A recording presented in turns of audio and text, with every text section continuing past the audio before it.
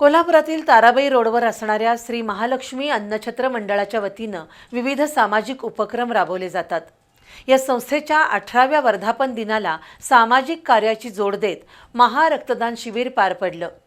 दिवसभर चाललेल्या या शिबिरात 500 पेक्षा अधिक दात्यांनी रक्तदान केलं। कोल्हापुरातील श्री महालक्ष्मी अन्नछत्र मंडळाच्या वतीनं पर्यटक भाविकांसाठी मोफत अन्नछत्र रूपी प्रसाद योजना राबवली जाते। दररोज 10,000 पेक्षा अधिक भाविक या अन्नछत्राचा लाभ घेतात।